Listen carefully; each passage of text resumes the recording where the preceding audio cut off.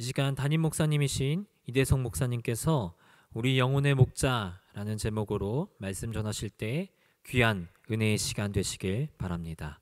오늘은 부활절 넷째 주일이면서 어린이 주일입니다. 어린이들이 교회에 나올 수 없기 때문에 이번 어린이 주일에는 각 가정으로 조그만 선물을 택배로 보내드렸습니다. 가정에서 예배 드리는 어린이들 선물을 잘 받았는지 모르겠습니다. 혹시라도 못 받으신 가정이 있으면 교회 사무실로 연락을 해 주십시오. 모든 어린이들을 위한 선물을 준비했습니다. 그리고 또 이번 주일은 전통적으로 선한 목자 주일로 지키고 있는 그런 주일이 되겠습니다. 성서 정거에 따른 그 성경을 보면은 목자에 대한 내용이 많이 나오기 때문에 전통적으로 선한 목자 주일이라고 지키고 있습니다. 하나님이 선한 목자다라는 내용은 우리가 구약 성서에서 너무나도 익숙하게 접했습니다. 시편 23편을 보면은 너무나도 명확하게 하나님의 그 모습을 선한 목자로 그려주고 있습니다. 우리들에게 큰 위안이 되는 그런 시편이 되죠. 또 신약 성서에서도 예수께서는 나는 선한 목자다 이런 말씀을 하셨고, 또 양과 목자에 관한 여러 비유를 통해서 예수 그리스도가 우리들의 목자가 되신다는 것을 우리들은 너무나도 익숙하게 알고 있습니다. 많은 그림들 또 많은 음악들이 하나님은 우리의 선한 목자, 예수님은 우리의 선한 목자라는 내용을 담고 있고, 모든 교우들이 모든 성도님들이 거기에 크게 공감하고 있습니다. 시편에서는 23편뿐이 아니고 28편, 49편, 또 80편에서도 하나님은 우리들의 목자가 되신다라는 내용을 노래하고 있습니다. 우리가 선한 목자이신 주님을 따라갈 때 우리들에게는 늘 생명이 넘치고 또 치유가 있고 우리들에게는 평안과 축복이 기다리고 있다는 것을 우리들은 너무나도 잘 알고 있습니다. 그런데 우리가 읽은 오늘 요한복음서 본문에 의하면은 예수 그리스도가 우리들의 선한 목자이신데 어떤 성격의 선한 목자인지에 대해서 우리들에게 새로운 깨달음을 주는 그런 내용이 담겨 있습니다. 오늘 요한복음 본문을 보면은 예수님은 우리들의 목자가 되신다는 것이 나타나 있고, 그리고 추가로 예수님은 양이 드나드는 문이다라는 내용도 있습니다. 아마 예수님이 우리들의 목자라는 것은 많은 사람들이 알고 있지만은 예수님이 문이다라는 것은 조금 익숙하지 않은 분들이 많을 수 있습니다. 그러나 우리가 예수님이 양이 드나드는 문이다라는 말씀의 내용을 깊게 살펴봄으로써 예수님이 어떤 성격의 목자이신지를 우리가 깨달을 수 있게 될 것이라고 생각이 됩니다. 예수께서 이렇게 말씀하셨습니다. 7절을 보니까 내가 진정으로 너에게 말한다. 나는 양이 드나드는 문이다. 이렇게 말씀을 하셨어요. 9절에도 나는 문이다. 누구든지 나를 통하여 들어오면 구원을 얻고 드나들면서 꼴을 얻을 것이다. 이렇게 말씀을 하셨습니다. 문 하면은 여러분들은 어떤 생각이 나시나요? 서울 근처에는 4대문이 있지 않습니까? 남대문, 동대문, 서대문, 북대문은 없죠. 다른 문이 뭐가 되겠습니까? 이게 서울을 지키는, 수도를 지키는 성곽이 있고 사람들이 출입하는 문이 있습니다. 이 문은 어떤 면에서 보면은 어떤 지역을 보호하고 방어하는 역할을 하면서 사람들의 출입을 통제하는 그런 역할을 하게 되겠죠. 그래서 아무나 그 울타리 안으로, 성곽 안으로 들어올 수 없고 문을 통해서만 출입을 할 수 있습니다. 그런 의미에서 언뜻 생각하면은 문은 굉장히 좀 통제하고 조종하고 감시하는 그런 역할을 하는 것으로 우리들에게 각인이 되어 있기도 합니다. 그래서 예수님이 나는 문이다라고 말할 때 언뜻 생각하면은 예수님이 문에 딱 지키고 있어서 뭐 좋은 사람 나쁜 사람 들어올 수 있는 사람 들어올 수 없는 사람들을 일일이 감시하는구나. 우리가 그 문을 통과할 때는 긴장하고 굉장히 두려워해야 되겠구나 하는 그런 생각을 가질 수도 있습니다. 물론 그런 면도 있는 것 같습니다. 그런데 요한복음을 자세히 읽어보면은 그런 측면보다는 도리어 그 반대되는 측면이 있다는 것을 깨닫게 됩니다. 문의 또 다른 의미는 어떤 게 있습니까? 문은 많은 사람들이 통과하기 쉽게 접근성이 있도록 만들어 놓은 장치로도 우리가 이해할 수 있습니다. 만약에 문이 없다면 어떤 길로 어떻게 해서 안으로 들어갈지를 모를 수 있습니다. 그러나 문이 있고 문과 연결되는 큰 길이 있으면 멀리서도 그 문을 보고 저 문을 통해서 들어가면 안전하게 이쪽 지역으로 들어갈 수 있겠구나라는 생각을 해볼 수 있습니다. 사람들이 효과적으로 드나들기 위해서 만들어 놓은 시설이 문이다라고 생각을 해볼 수가 있습니다. 우리가 뭐 잘 쉽게 생각해 볼 수 있는 문 중에 하나는 고속도로의 톨게이트와 같은 게 되겠죠. 많은 차들이 통과하는 그 문에 사람들이 불편 없이 효과적으로 통과하기 위해서 많은 장치를 하지 않습니까? 차선도 많이 만들어 놓고 또 지체하지 않도록 뭐 하이패스인가요? 등등 해서 이 문이라는 장치를 통해서 많은 사람들이 쉽게 드나들 수 있도록 하는 그런 기능을 문이 제공하지 않습니까? 오늘 본문을 가만히 읽어보면은 예수님께서 나는 문이다라고 말할 때 이 두 가지 의미를 다 포함해서 말씀하시는 것 같아요. 우리들은 아마 이 첫 번째 의미, 통제하고 제어하는 의미로서의 문만을 많이 생각을 해 보았는데, 그러나 오늘 본문을 가만히 살펴보면은 그거보다는 예수님께서 더 강조하고 싶으신 내용은 많은 사람들이 좀 더 자유롭게, 좀 더 원활하게 왔다 갔다 할 수 있도록 하기 위한 문이다라는 내용이 그 안에 더 담겨 있는 것 같습니다. 우리가 문에 대한 그 이야기를 했는데 문이 나오면은 꼭 같이 나와야 되는 게 바로 우리가 되겠죠. 우리가 있고 그 우리 안으로 혹은 밖으로 왔다 갔다 할 수 있는 그 시설이 문인데, 과연 그렇다면은 예수님이 문이시라면은 그러면은 우리는 무엇을 말하는 것일까? 우리 안과 밖은 어떤 차이가 있을까? 우리 안의 세계와 우리 밖의 세계는 어떻게 다를까 하는 질문을 우리가 해볼 수밖에 없습니다. 예수님께서 그 말씀하신 것 중에 하나가 나는 양이 드나드는 문이고 내가 문을 열어주면은 나를 통해서 들어오면은 구원을 얻는다, 이렇게 말씀을 하셨어요. 9절에 그렇게 말씀을 하셨는데, 그러니까 그 우리라는 것은 예수님을 통해서 구원받는 사람들이 있는 공간이 우리다라고 말할 수 있겠죠.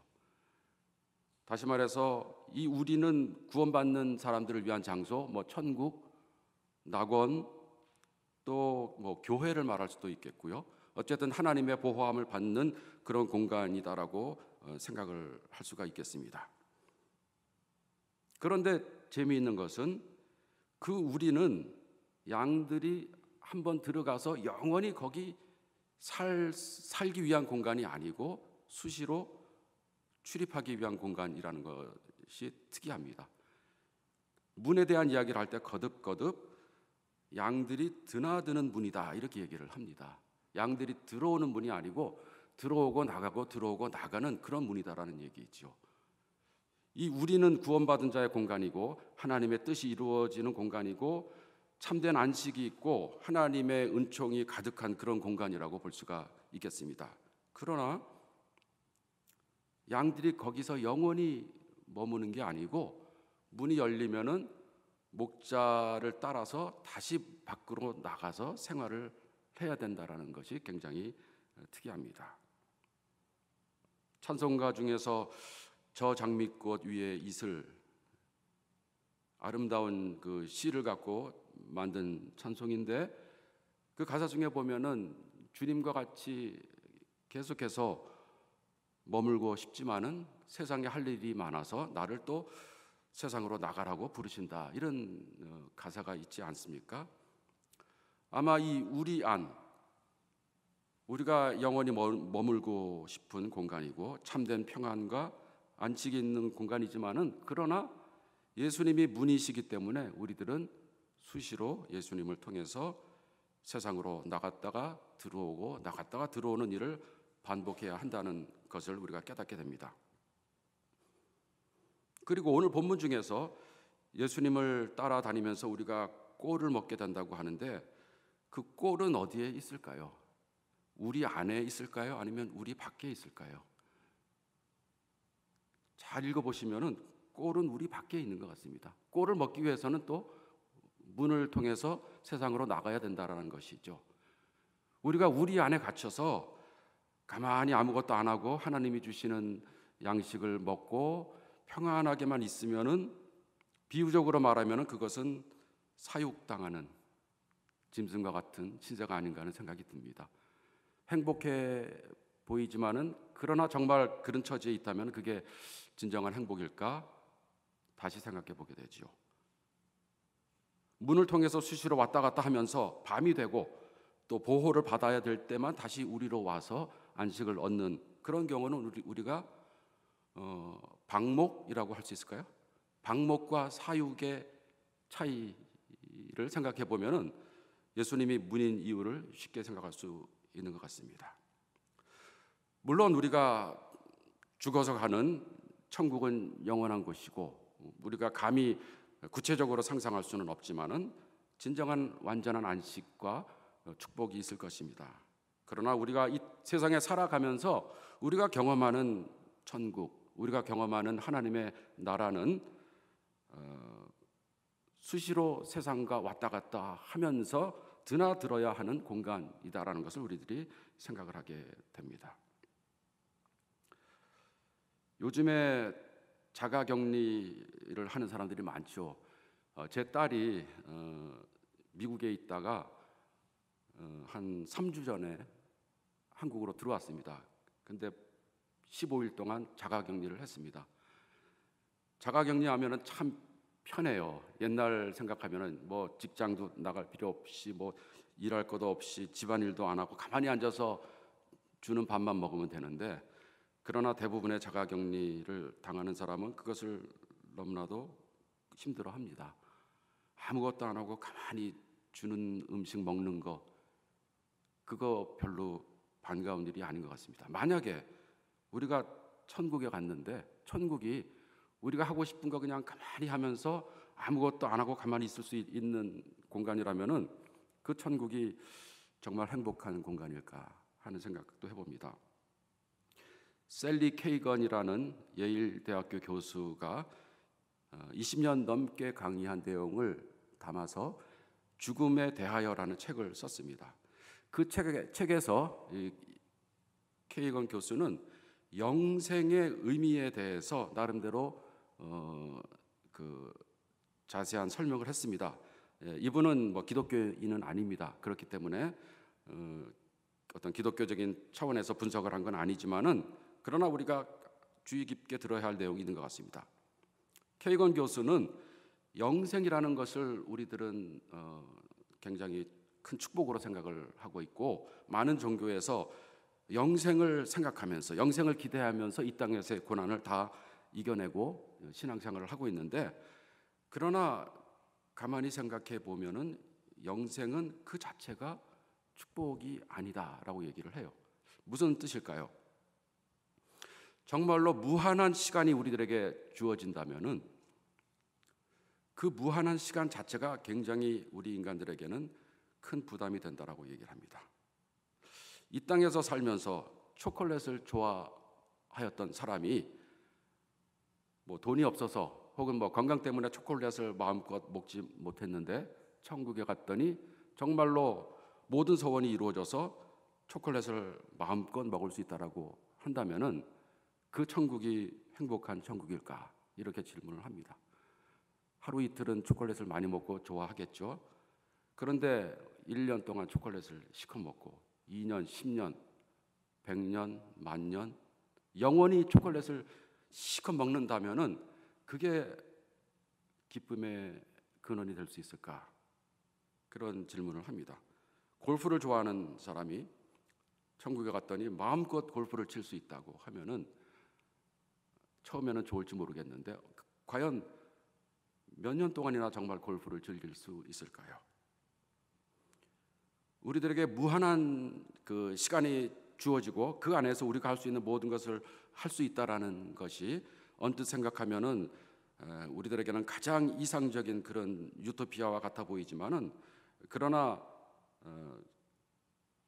그렇게 그 인간적인 상상으로만 천국을 생각할 수는 없다라는 말씀이죠. 천국은 분명히 좋은 곳이겠지만은 우리가 상상하는 것과 같은 방식의 좋은 것은 아닐 것입니다. 그것보다는 훨씬 놀랍게 감히 우리가 상상할 수 없는 세상에서 아무리 상상을 해도 그것보다는 더 깊은 더 초월적인 기쁨을 주는 것이 바로 천국이다라고 생각을 해볼 수가 있습니다. 그런 의미에서 이 우리 속에서 사는 우리들의 모습 혹은 이 땅에서 우리가 조금이라도 경험할 수 있는 천국을 사는 우리들의 모습에서도 우리들은 같은 생각을 해봐야 할 것 같습니다.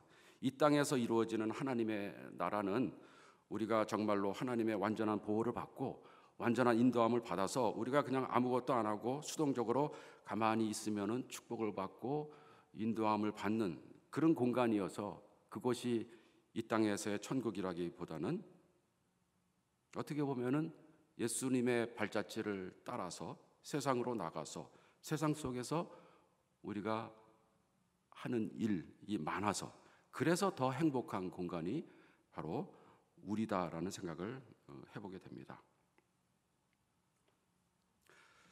예수님께서 우리들을 구원하실 때 한순간에 우리 모두를 천국으로 인도하시지 않고 하나님이신 예수님이 이 땅에 인간이 되어서 오셔서 인간이 당하는 고통을 다 몸소 경험하시고 그리고 나를 따라오너라 하면서 구원의 길을 인도하셨다는 점에 우리가 주목해야 하겠습니다.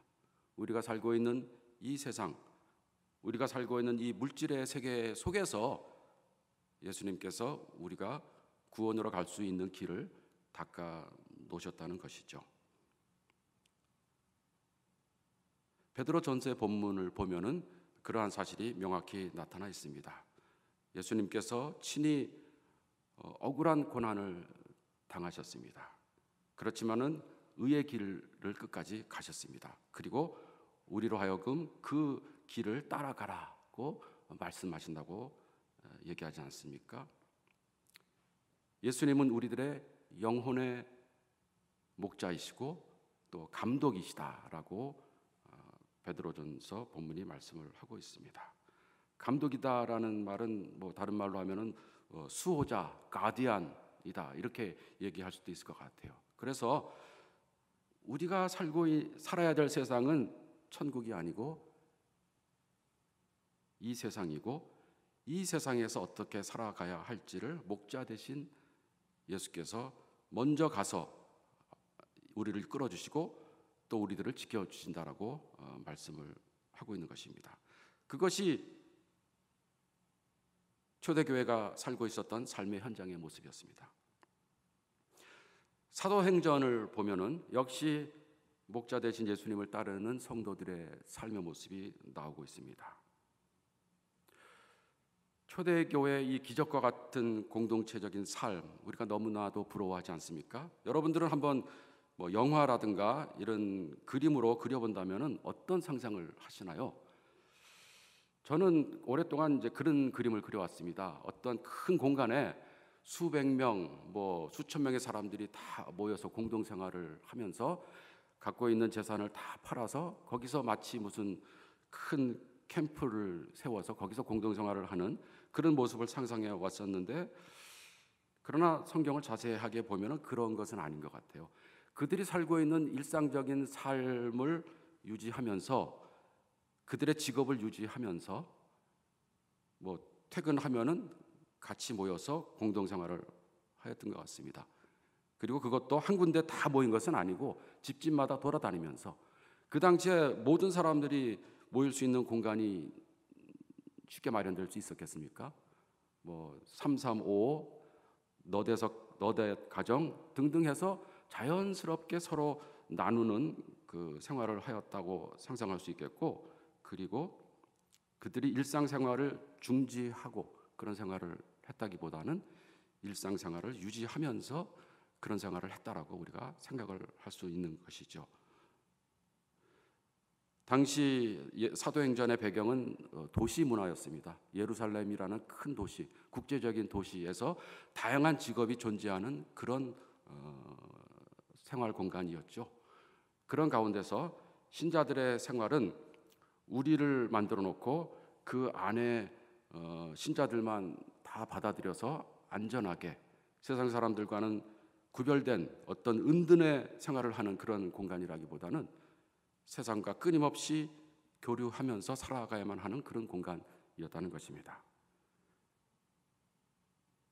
아마 시편 23편에도 그런 내용을 잘 담고 있다고 생각이 됩니다. 우리가 늘 푸른 풀밭과 잔잔한 물가를 걷는 건 아니죠. 사막의 음침한 골짜기를 걸어야 될 때도 있습니다. 그러나 그 순간에도 하나님께서 우리들의 선한 목자가 되어 주시기 때문에 우리들은 그분이 인도하시는 길을 따라갈 수 있는 것이죠. 예수님께서 우리들의 선한 목자이신데, 바로 또 우리들에게 그 세상과 우리를 왔다 갔다 하도록 도와주시는 문이라는 생각을 해볼 때, 예수님이 어떤 선한 목자이신지를 더욱 절실하게 깨닫게 됩니다.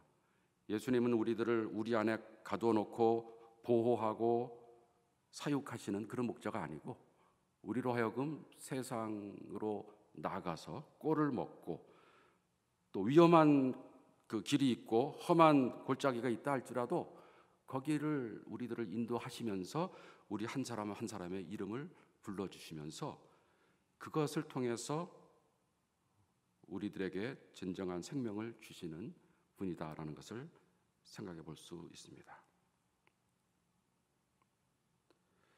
이 우리의 모델은 어떻게 보면 교회의 모델이다라고도 생각해 볼 수 있겠습니다.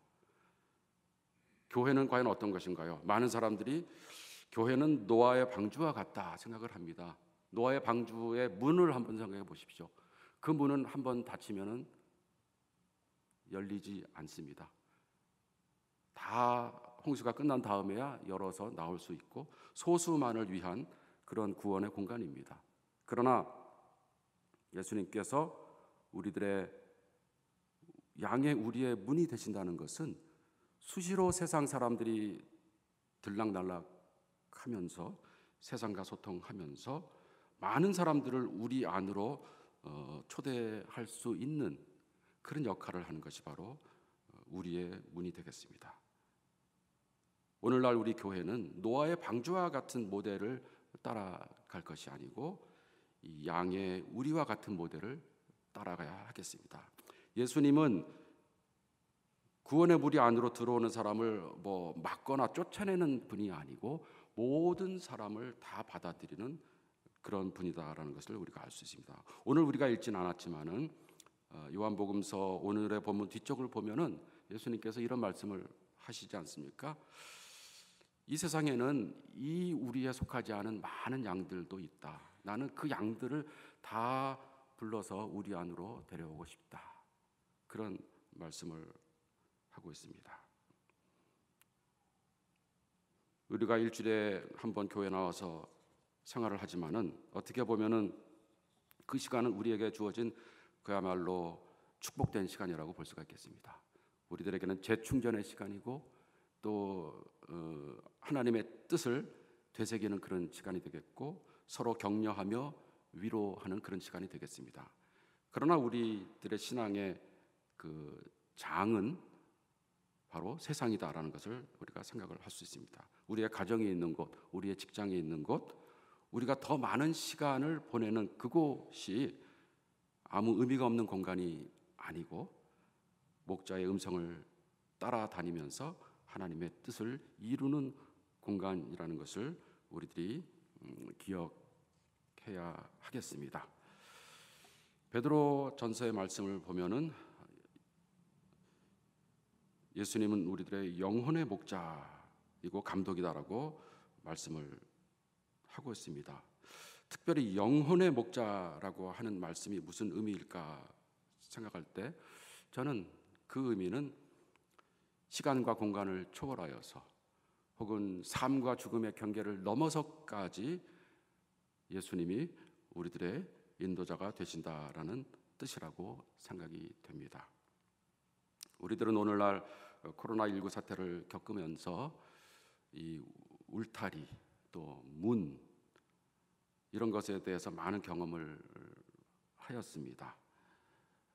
구원받은 사람들이 안전하게 보호받는 그런 공간,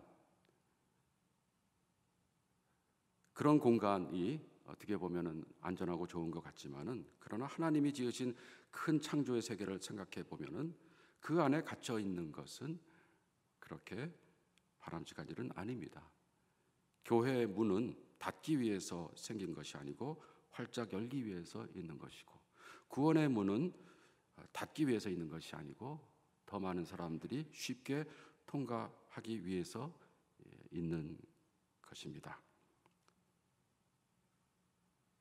세상에 잃어버린 양들 하나하나에 관심을 가지시고 한 사람 한 사람의 이름을 부르시면서 찾아다니시는 목자 예수를 기억하면서 우리가 그분의 뜻을 거들고 그분의 뜻에 순종하면서 참된 우리들의 영혼의 목자가 되시고 감독이 되시는 예수 그리스도를 끝까지 따라가는 우리 한 사람 한 사람이 되었으면 좋겠습니다. 예수님은 우리들의 영혼의 목자이시고 감독이 되십니다. 이 뜻을 같이 생각하면서 잠시 묵상하십시다.